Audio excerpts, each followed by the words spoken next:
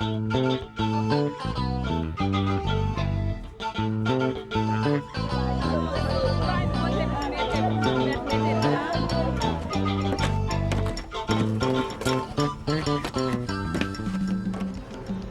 habitations traditionnelles, comme celles construites ici en Haïti à partir de bois et de boue, souffrent des intempéries et manquent de confort.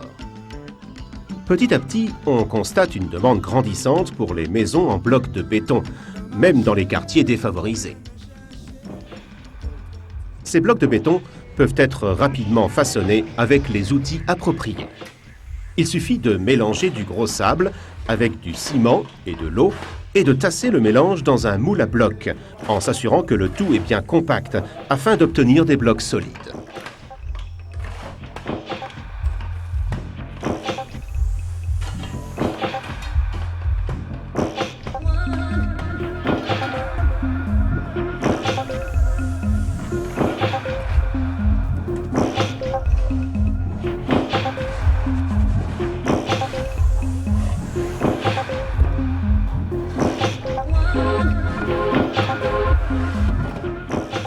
Outre ces blocs standards, d'autres modèles peuvent être créés en modifiant la forme du moule.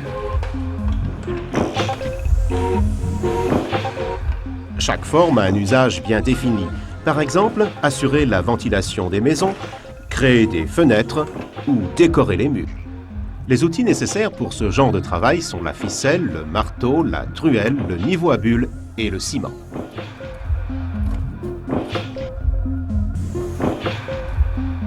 Le ciment sert à fixer les blocs en place. À chaque étape, l'artisan doit s'assurer de la stabilité, de la symétrie et de la précision de son travail.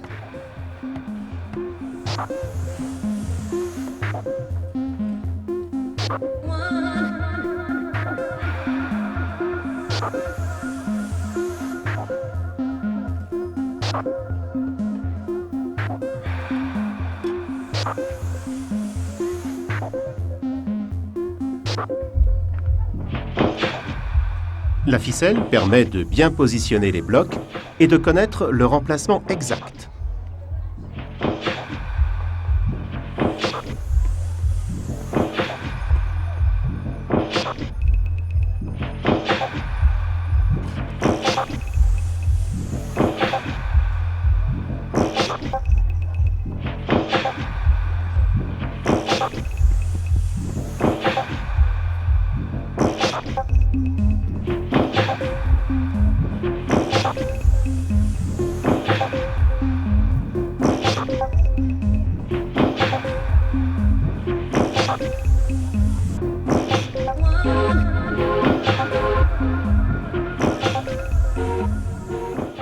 Grâce à cette technique, il est possible de construire tant des murs droits que des angles.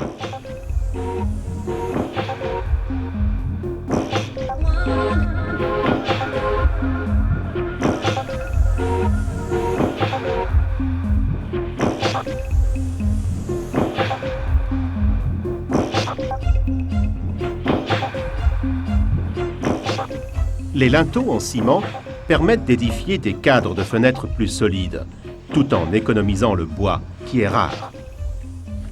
Pour ce faire, des moules creux sont alignés et une structure de métal est placée à l'intérieur.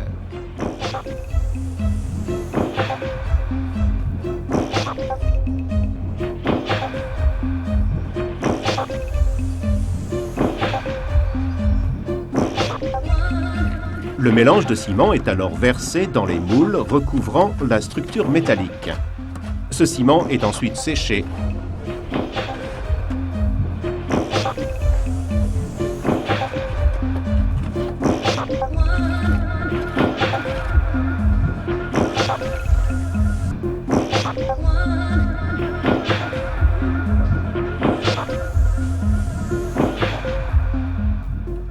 Une fois prêts, les blocs du linteau sont résistants et collés, formant ainsi une solide couverture pour la barre métallique et un cadre pour la fenêtre.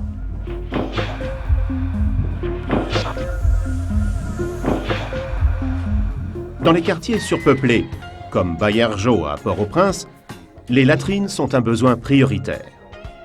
Pierre Bien-Aimé, responsable de construction, commande des blocs de ciment ronds pour réaliser un puits d'évacuation pour les latrines.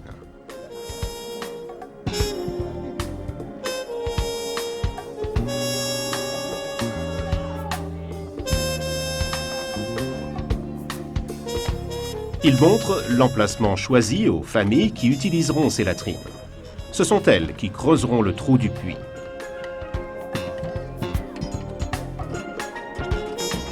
La cuve des latrines sera placée sur une plateforme faite de 2 dalles de béton.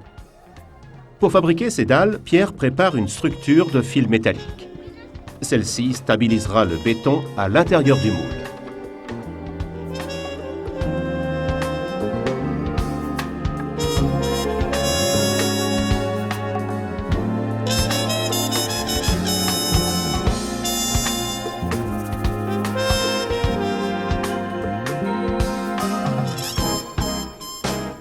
Pour empêcher le béton de coller, les 2 moules sont enduits d'huile.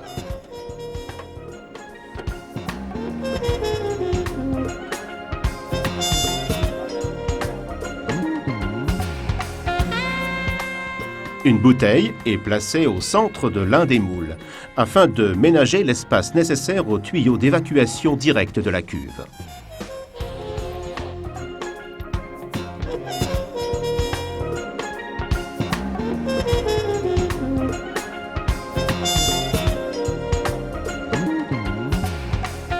Pierre mélange soigneusement le béton, fait à partir de sable blanc, de gros sable et de ciment.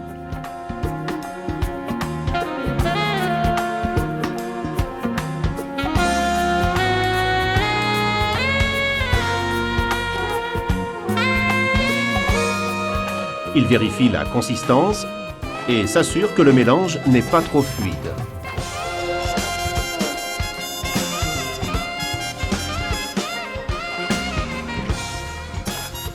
Ce mélange est réparti dans le moule, sur et sous la structure métallique, puis tassé pour éviter les bulles d'air.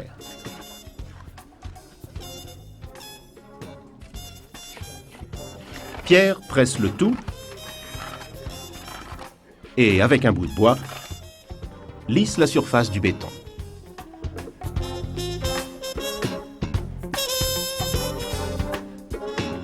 Le lendemain, les dalles en béton sont sèches et Pierre peut retirer la bouteille et le moule.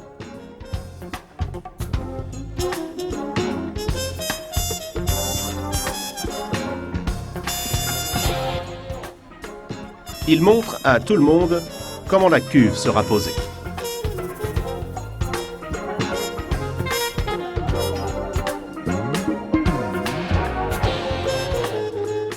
Les 120 blocs arrondis, nécessaires à la réalisation du puits, sont prêts eux aussi. Les hommes du quartier commencent à les placer les uns sur les autres.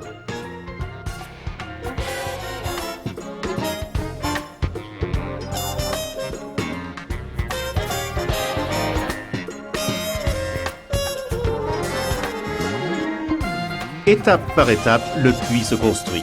Les blocs ne sont pas bétonnés afin que le liquide puisse s'écouler. Seules les parties solides restent dans le puits, qui une fois par an sera vidé. La plateforme, avec les WC, est alors placée sur le haut du puits. Voilà, les latrines sont terminées. Il suffit d'un gallon ou de 3 litres d'eau pour les nettoyer.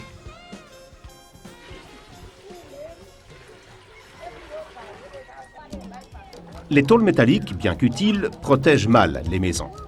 Souvent utilisées comme toit, elles résistent mal aux intempéries, particulièrement au vent.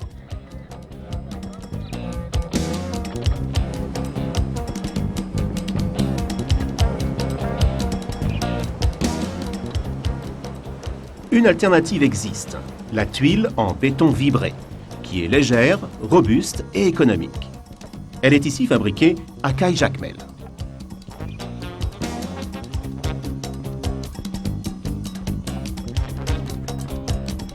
Le mélange est fait de 2 parts de gros sable.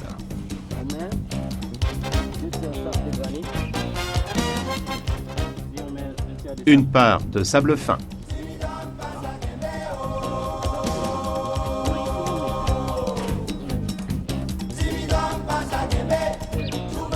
Et d'une dernière part de ciment.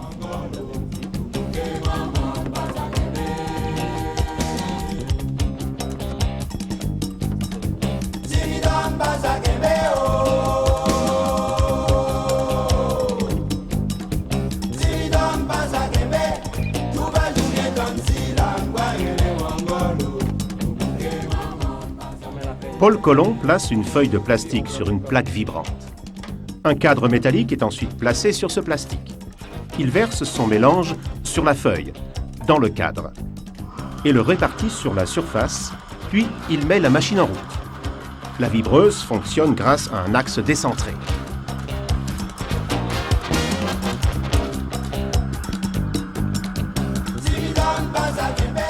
Les vibrations visent à bien tasser le mélange et à le rendre compact. Les surfaces doivent être lisses, particulièrement celles en contact avec le plastique. Un petit arrêt en ciment, en forme de carré, est posé en haut, près du bord de la tuile, pour permettre de l'accrocher à la charpente.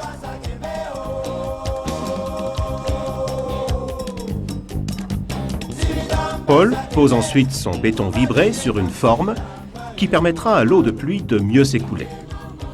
Il perce un petit trou dans l'arrêt de ciment pour passer le fil d'attache.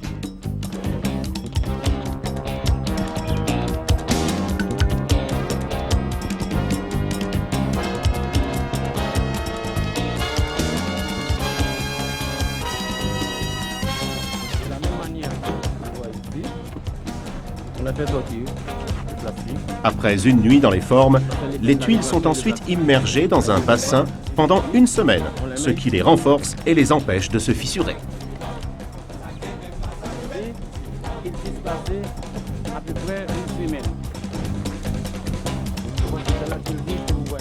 Paul ajoute des colorants de diverses couleurs, vert, rouge et jaune, et contribue ainsi à embellir l'environnement et à protéger les maisons de cette région.